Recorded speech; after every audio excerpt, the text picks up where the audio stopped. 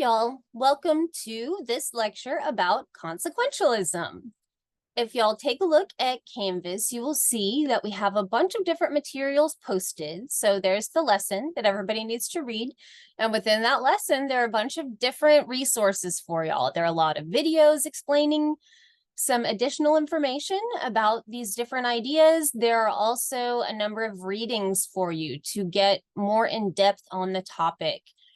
Remember, that's why I post all of those. Y'all are supposed to be reading and watching these things. I'm sure you are, right? Okay, so let's take a look at our lesson. First, the objectives. After completing this lesson, you should be able to define consequentialism and utilitarianism, and you'll be able to apply John Stuart Mill's principle of utility to real or hypothetical factual scenarios. Now that we've talked about metaethics and we talked about value theory, we will begin our work with normative ethical theories. Unlike value theory, which focused on individuals, with normative ethics, we're considering systems of ethics that are meant to be applied universally, so the same way all the time, to everyone. Remember, with value theory, we were focused on one person. So, what are normative ethics? Normative ethics is the area of ethical theory that focuses on identifying what kinds of actions are right and wrong, examining the plausibility of various moral rules, and determining which character traits qualify as virtues and which as vices. And the source for that is Russ Schaefer Landau's The Fundamentals of Ethics, which I've told y'all about before, and I'm pretty sure I've showed you, but this is the book. It's a great book for introducing you to ethics, by the way. So, what we see is that there are a lot of different ways that normative ethics systems are going to distinguish each other. So there are differences in these different systems. And the way that I think about it is this: what is the focus of moral worth in each type of system? So is the moral system based on character, code, or consequences? As I've told y'all already, there are three big theories that are the most important theories and have been the most influential ethical theories in Western philosophy. And those are character, which is Aristotle's virtue ethics, code, which is Kantian ethics or deontological ethics, and then consequences. Our consequentialist ethics that were the most impactful was going to be John Stuart Mill's utilitarianism. So when you're asking yourself, when you look at an ethical system, if it's a normative system, ask yourself, what's the important thing here? Is it having a good character? Is it following the rules? Or is it getting the best consequences? We're starting with consequentialism because it flows naturally from what we were talking about last time when we talked about value theory. Because if you think about it, value theory is also focused on the consequences, right? Becoming happy, getting what you want. That's about a consequence. That's about a result. That's about an outcome. So with our definitions here, we see that consequentialism is a family of normative ethical theories that share the idea that the morality of actions, policies, motives, or rules depends on their producing the best actual or expected results. So there are a bunch of different theories that fall under this umbrella of consequentialism. We have act consequentialism, which includes act utilitarianism. We have rule consequentialism, which includes rule utilitarianism. There's also ethical egoism and ethical altruism. So I have definitions for all of those in the lesson for y'all. Y'all take a look at those and see what you think about those different theories. We're going to get into detail on one of those, and that is the most influential of them. But first, let's look a little bit more at consequentialism. So, as I said, consequentialism is the name of a family of ethical theories where the moral value of an action is based on the results or consequences of the action. Now, according to Philosophy Now, which is a really, really great magazine, it's all philosophy. Consequentialism says that when making decisions, we should focus on the consequences of our actions for all involved. When people talk about acting for the greater good, they may be coming from a consequentialist stance. You should act in a way that benefits the majority of people, even if that means making some sacrifices. Now, put a pin in that, keep that in mind, because that is the opposite of what we will see with deontology next week. As you see in those definitions, the consequentialist family of theories includes theories such as ethical egoism, ethical altruism, and utilitarianism. The most famous and widely accepted version of consequentialism is utilitarianism. And that was developed by Jeremy Bentham and John Stuart Mill. We talked about them last week, and we're going to talk about them some more this week. Here's the deal, y'all. If you've ever heard anybody say that you should do whatever it is that results in the greatest good for the greatest number, that's based on Mill's utilitarianism and Bentham's utilitarianism. But that does not tell you the whole story. So, as I said before, we talked about value theory already, and we talked about hedonism. If you combine hedonism plus the common good, you get utilitarianism. So hedonism is a consequentialist theory. Remember that hedonism is the value theory that says that a person should do whatever it is that will produce the greatest amount of happiness or pleasure for that person, and whatever it is that will produce the least amount of pain or suffering for that person. So with hedonism, the happiness or pleasure, that's the thing that's considered intrinsically valuable. Now remember, something's intrinsically valuable if it's valuable for its own sake, simply because it exists. We know that hedonism started in ancient Greece with Epicurus. Then it was out of style for over 1,000 years until it was revived by Jeremy Bentham and John Stuart Mill. This revival of hedonism came in a different form with the infusion of ethics into politics. So that's why when I say when you combine hedonism and the common good, you get utilitarianism. The original goal of politics was to make life better for more people. That was an ancient Greece situation, right? You may disagree with that now, but that was the intention originally. Originally, ethics and politics went hand in hand. So let's look at this connection between ethics and politics when it comes to normative ethical systems. What is that connection between normative ethics and political philosophy or politics? Unlike the systems that we talked about in value theory that focused on one person's life, one life, normative ethics systems are attempting to establish universal moral rules that are to be applied to everyone all the same, all the time, no matter what. So normative ethical systems are trying to set the standards or norms of behavior for all of society.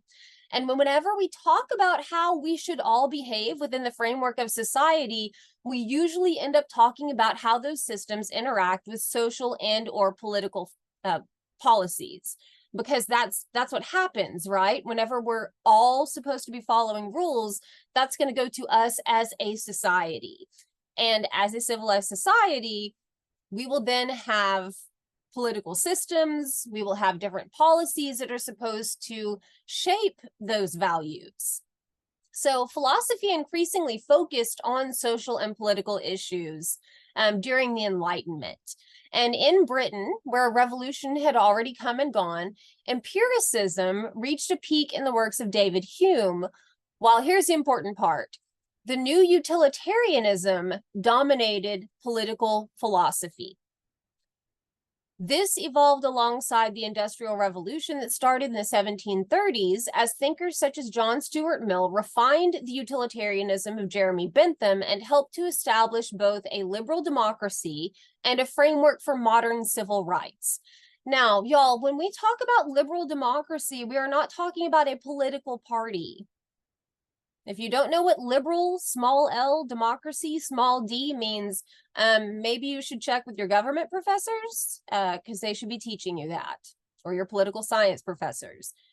So just so you know, when they say liberal democracy, that's the foundation for a democracy where people have rights. It's not talking about people who believe a certain way on the political spectrum. All right, and that's from the book, the philosophy book, Big Ideas Simply Explained, which is an awesome book, by the way. Oh, I have it right here. Y'all, I love this book. Highly recommend it. Highly, highly, highly recommend it. It's a good one. Okay. Next, what we're seeing is philosophy is focusing on these social and political issues because they're trying to make things better for more people at this point in England. And who are they? We're looking at Jeremy Bentham and John Stuart Mill. So both Bentham and Mill were concerned with applying ethical theory to politics to improve the living conditions for more people. They wanted to increase the amount of happiness experienced for more humans. And as explained in the book Utilitarianism, a very short introduction, which is right here. By the way, y'all, this series, very short introduction series, it's amazing. I love it. I have like 50 of them. But as I explain in that book, the fundamental question of ethics is, what ought I to do? So what should I do?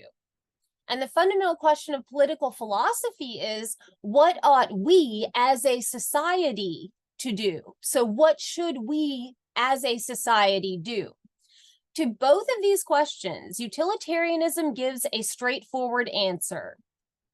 That is, to put it simply, the right thing to do is to bring about the best consequences, where best consequences means for all of those affected by our choice, the greatest possible net increase in the surplus of happiness over suffering. That sounds complicated, but it's really not, and we'll talk about it some more, and y'all will definitely understand it. So, with utilitarianism, another way to think about this is, utilitarianism says that the morally correct thing to do is to do whatever it is that will result in the greatest good for the greatest number with the least amount of suffering. The greatest good for the greatest number with the least amount of suffering. There are some caveats in there that we need to point out. But first, let's talk about two different types of utilitarianism. We have act utilitarianism, and we have rule utilitarianism. Act utilitarianism judges each individual act in the term of its consequences. So for act utilitarianism, you look at each individual action and see what are the consequences of that action, and that will determine whether that was a good or bad act. Rule utilitarianism holds that the justification of an act is a two-stage process. Acts are to be judged right or wrong by showing that they are in accord with or that they transgress, break, a justified moral rule. And a moral rule is justified by showing that acceptance of the rule by the overwhelming majority of people will bring about the best outcome. So remember, act utilitarianism, we're judging each individual act in the terms of its consequences. Rule utilitarianism has to look at the act and the rule, right? We're going to focus on act utilitarianism in this class. That's because act utilitarianism is the most influential form of consequentialism that we have ever had.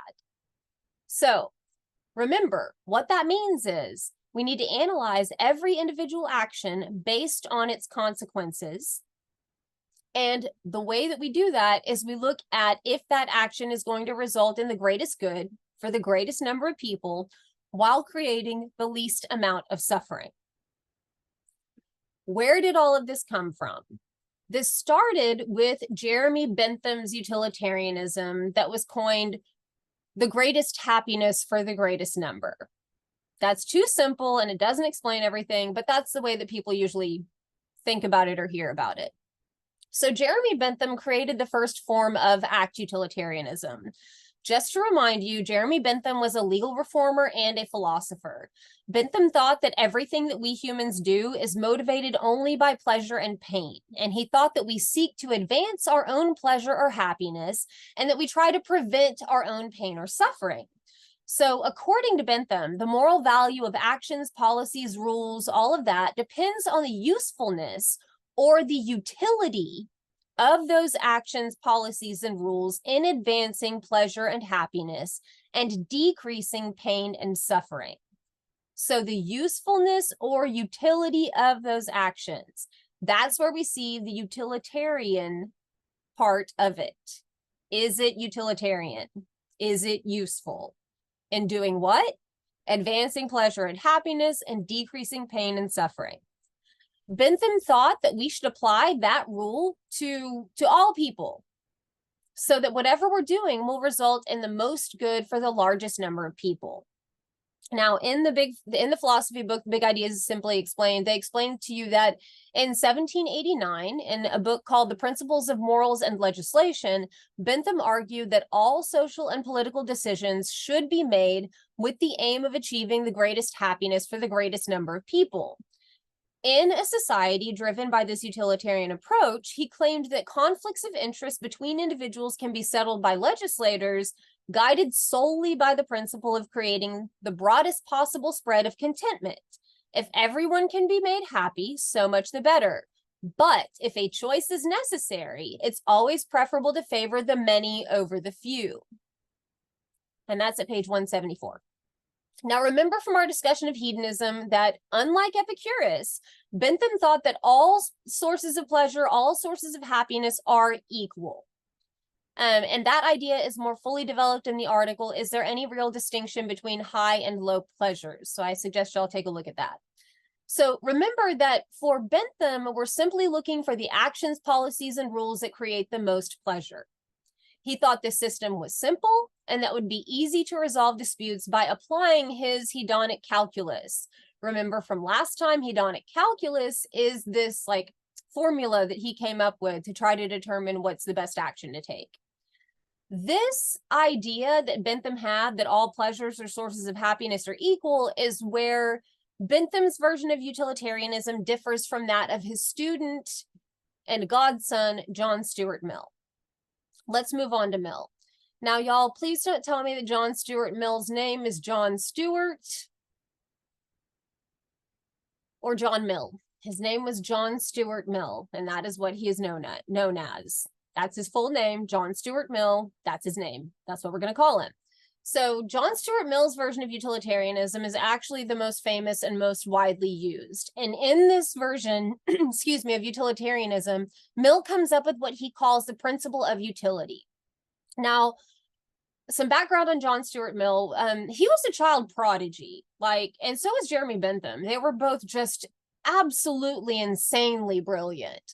But John Stuart Mill was a child prodigy who was educated at home by his father and his father's best friend, Jeremy Bentham.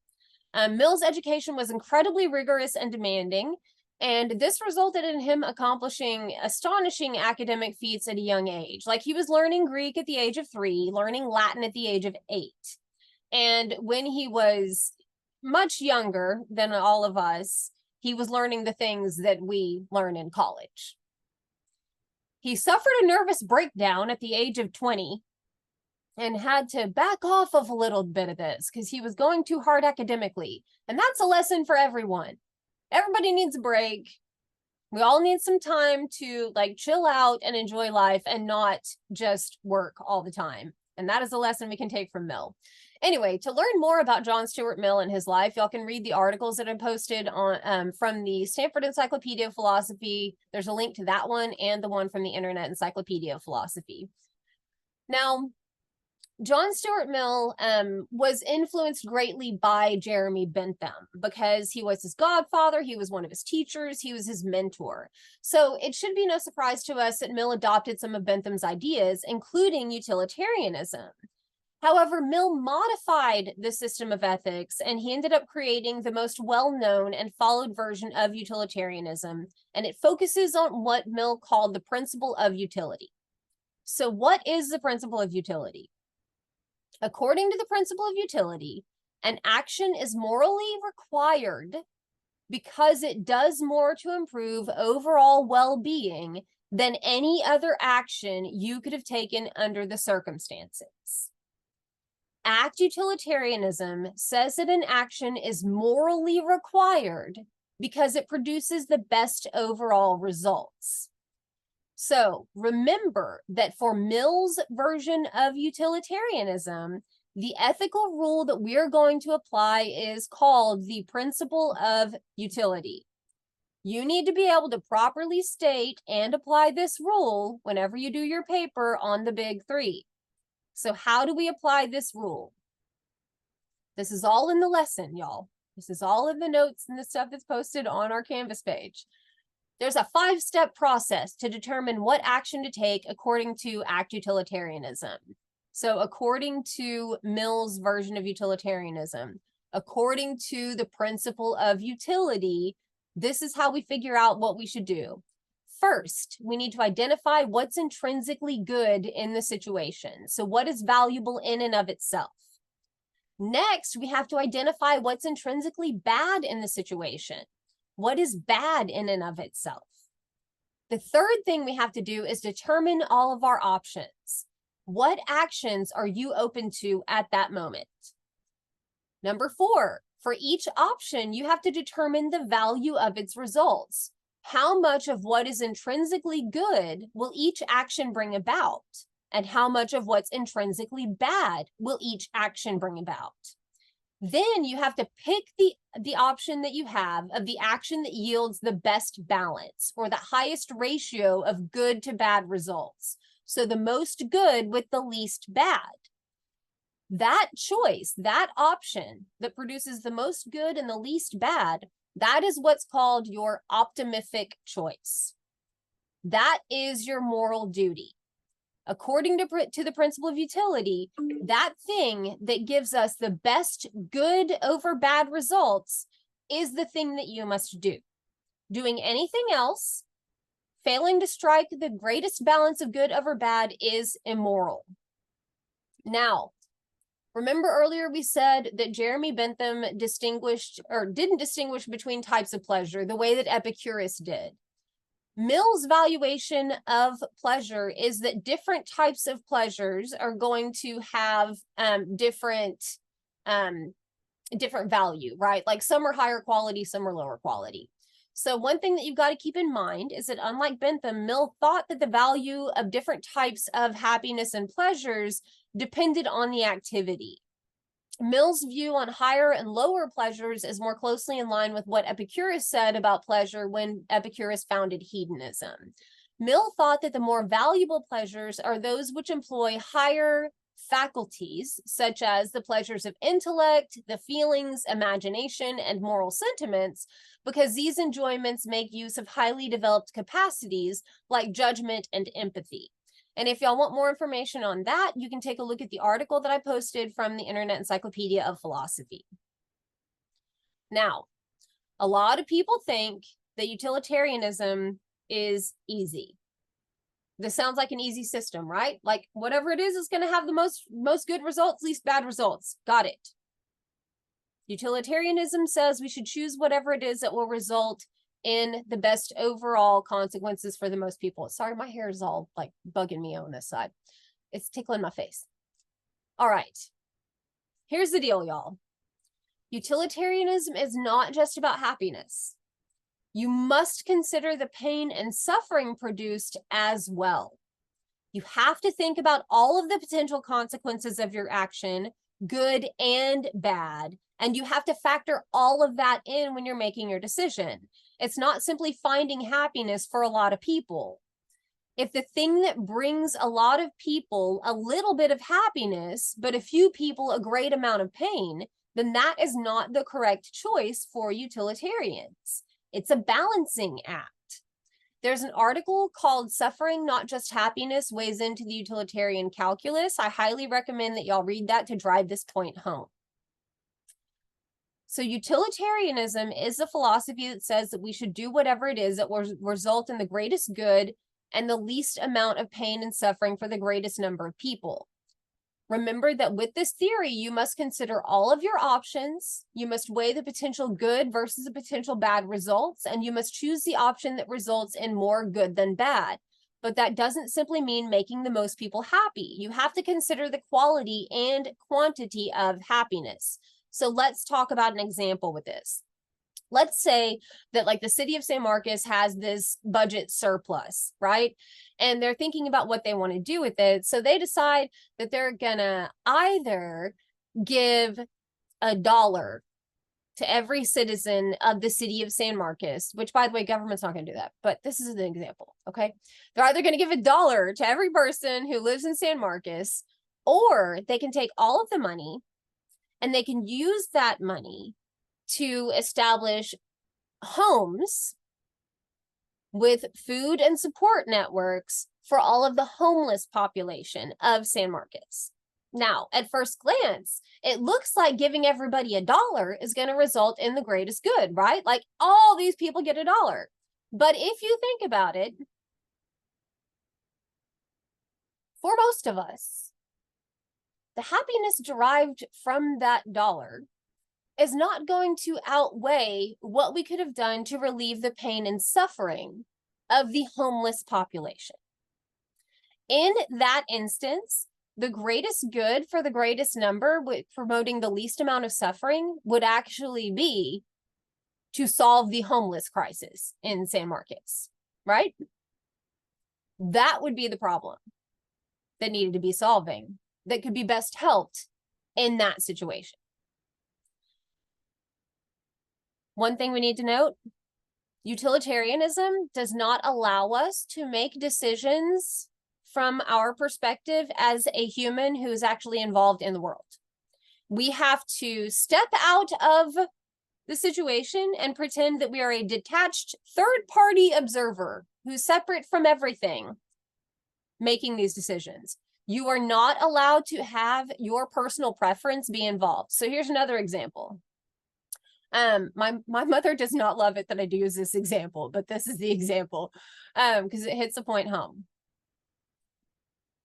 Let's say we are all in a live in-person class, that there are, 30 students in my class, and we're in a live class at Texas State, and a person comes in with a weapon and my mother, and they tell me that I have to choose between saving my mother and saving all 30 students in my class.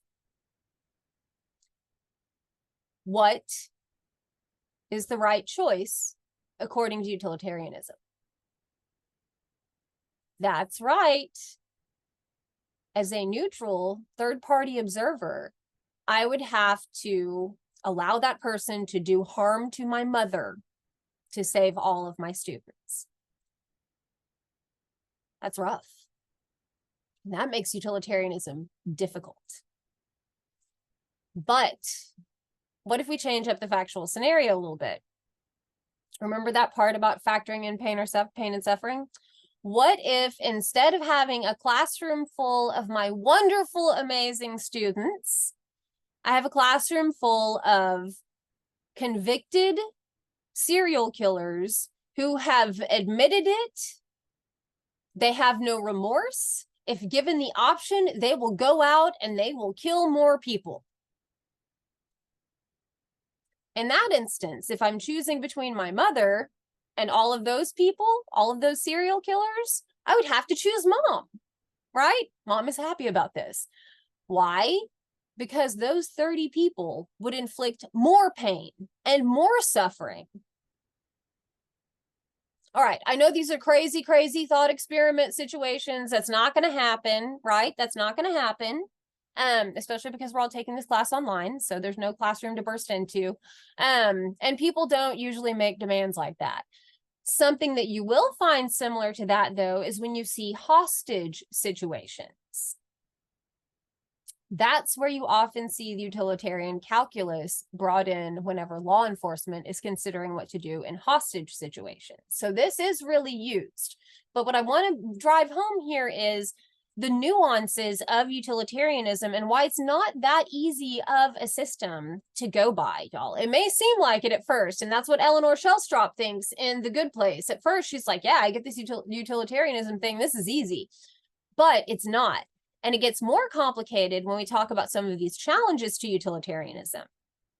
So what we have established is that we have this one main moral rule. It's the only rule that you cannot break. And this is where we see a difference between utilitarianism and consequentialist theories and the other theories that we'll talk about with normative ethics. Because we have just that one main moral rule that says that you must do whatever it is that will result in the greatest good for the greatest number while creating the least amount of suffering, right? As long as you uphold that moral rule, you can break other moral rules. And this leads us to the most well-known challenge to utilitarianism, which is the trolley problem. The question here is, would you kill an innocent person if it meant saving more people? So here we get to our problems with and challenges to consequentialist approaches. So act utilitarianism holds that the amount of happiness and suffering created by a person's actions is what really matters. Thus, acting rightly involves maximizing the amount of happiness and minimizing the amount of suffering around you. Sometimes you may even need to break some of the traditional moral rules to achieve that outcome. So here's the question again. Would you kill an innocent person to save more people? Better stated, is it morally permissible to kill an innocent person to save more people? The trolley problem thought experiment addresses just that question. So the trolley problem was a thought experiment that was created to show the problems with utilitarianism and with other consequentialist systems. Here's the question. Here's the situation that's presented in the trolley problem thought experiment. Imagine that you're at the controls of a railway switch and there's an out-of-control trolley coming. If you don't know what a trolley is, it's like a train, but they have these other like cables or whatever. Like it's like cable cars. They look like little cable cars, but it's on a track. Like it's got this one track instead of the two train tracks. It's on one track, right? So if you combine cable car, train, you get the idea, or you could just look up a trolley. All right. So we've got an out-of-control trolley. You're at the control switch, and the out-of-control trolley is just coming. Like it's gonna come down this hill and something bad is gonna happen no matter what, right? The track that the trolley is on branches out into two. So you can go one of two ways. You can go this way to the left, and that leads to a group of 5 people. The other way to the right leads to 1 person. If you do nothing, the trolley is going to hit those 5 people and it will kill them. But if you flip the switch, it'll change tracks and it'll strike that 1 person. What are you going to do? According to utilitarianism, you should kill the 1 innocent person to save 5 people. That is problematic for a lot of people. In fact, most ethical theories argue that you should not kill an innocent person as a mere means to an end.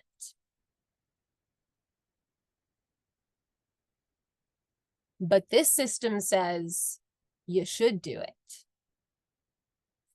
So this brings us to a few different issues. A lot of students have said to me, well, I wouldn't do anything because I wouldn't want to be responsible. That doesn't get you out of it when it comes to utilitarianism due to the doctrine of doing and allowing. Whether you do something or you allow something to happen, you're still responsible for the consequences. So you can't get out of your moral responsibilities on this one by just saying, I wouldn't do anything at all. If you don't do anything, the 5 people die. That's because you didn't do anything. That's because of you. You did something wrong.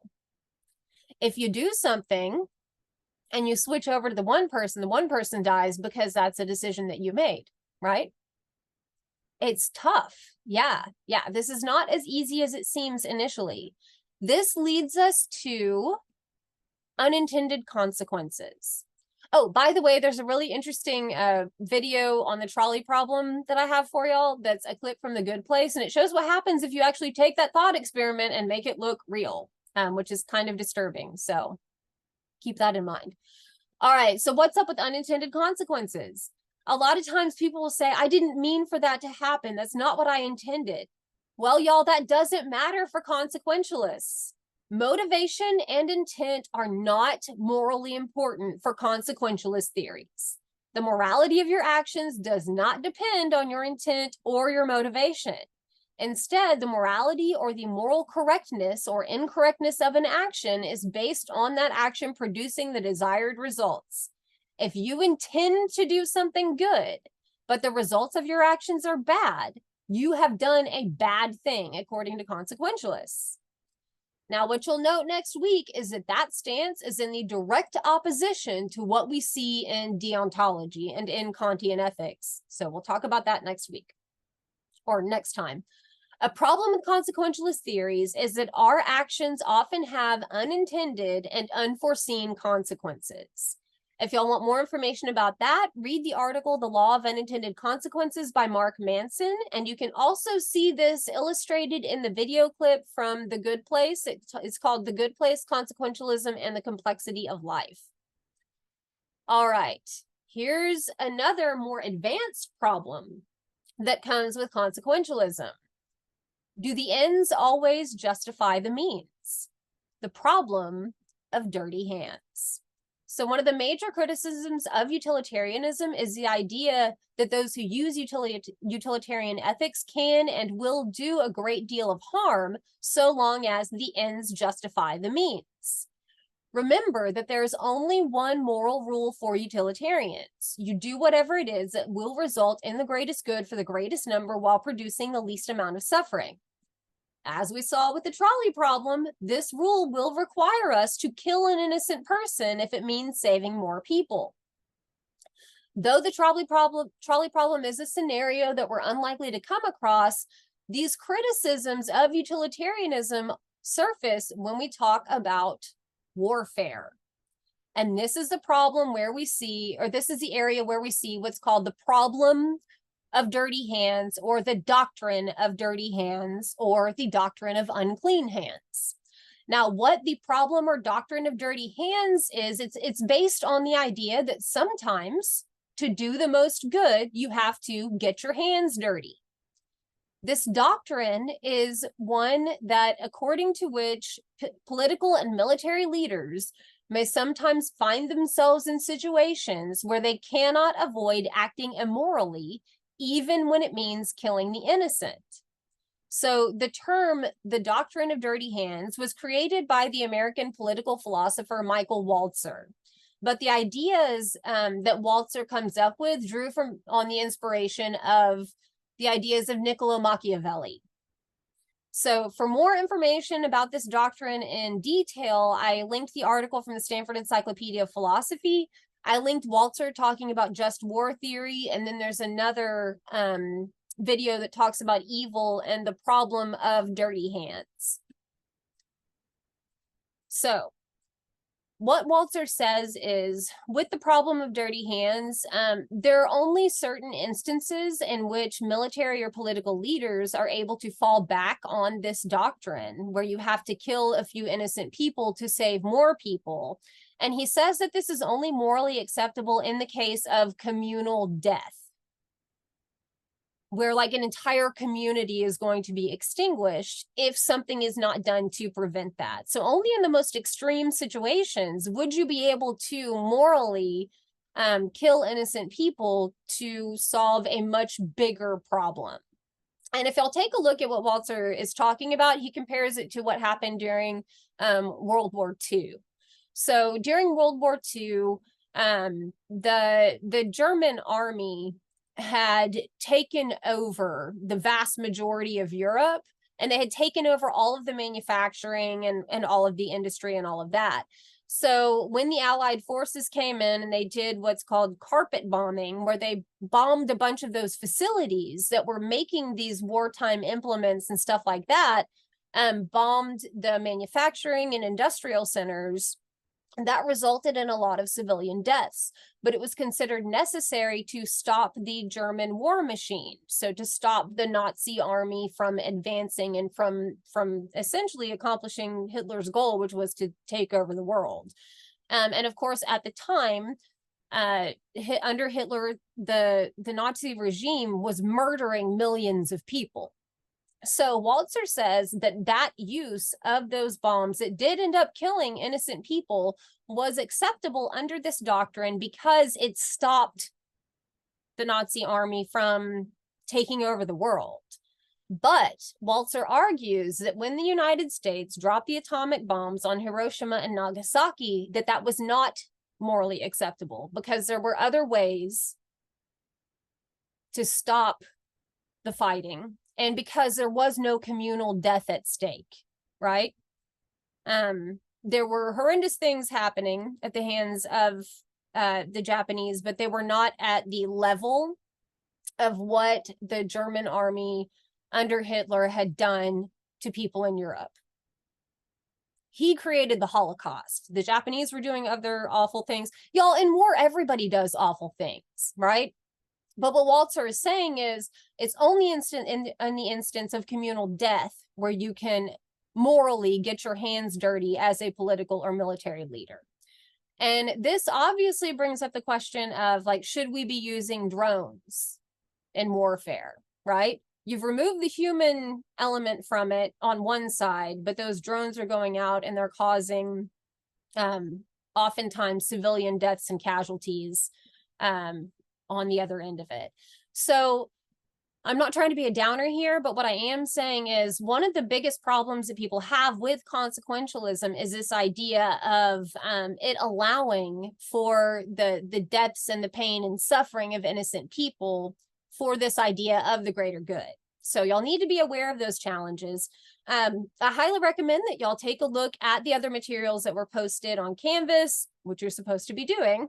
So take a look at the outline that I posted for you, look at the PowerPoint, read the review, make sure that you understand all of this, make sure that you understand what the principle of utility is, know how to apply that 5-step test that is in the lesson, and it's in this video. So you'll need to know those things for whenever you write your paper on the big 3, and you just need to know this because, you know, educated people knows these things. All right, y'all. If you have any questions about this part of the class, like anything else, please send me an email and let me know. Okay, that's it for today. Y'all have a great day, and I will see you next time. Bye, everybody. Bye, bye, bye, bye.